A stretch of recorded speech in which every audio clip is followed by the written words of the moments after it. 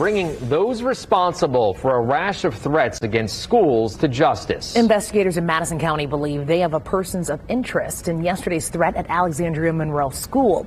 Our senior investigative reporter Richard Essex is working this story for us. In the past week, more than 36 schools have received threats. Last week, it was delivered by email. Yesterday, it was a phone call. Investigators are leaning on technology to find the person or persons making these threats. It's gotten to the point where we're getting, frankly, pretty darn good at tracking these things back. The issue is it still takes a fair amount of resources and expertise to make that happen. Just after 10 on Monday morning, someone called the Alexandria High School and made a threat that seemed valid enough to evacuate the school. Within minutes, first responders from 3 counties, including state police, converged on the school. The threat was later deemed not credible, but by then the panic had taken hold.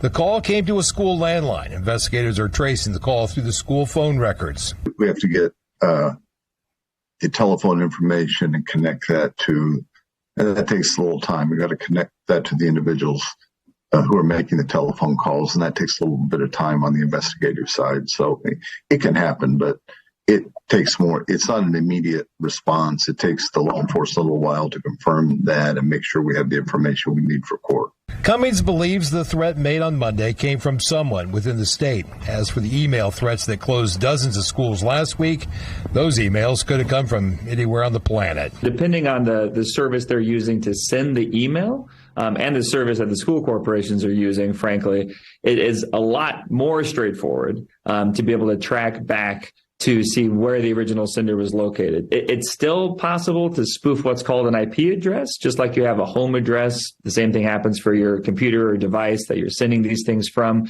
So those things can still be faked. Threats to schools have been on the rise since the beginning of the school year. A school safety expert told ITMate that threats are coming in geographical clusters. None of the threats have been credible, but that doesn't mean the emails are completely harmless. It is an all too common practice still to use that technique as a backdoor. And once you're in, once you get those administrator privileges, you can do all kinds of things. And potentially this could just be, frankly, a way to cover, given the visibility that it has right now, a lot of other challenges that might only manifest, weeks, months, even years down the road. Investigators have not named a suspect or person of interest, but Prosecutor Cummings told me that the person making these threats could face a felony and time in prison. In Indianapolis, Richard Essex, Wish TV, ITMate.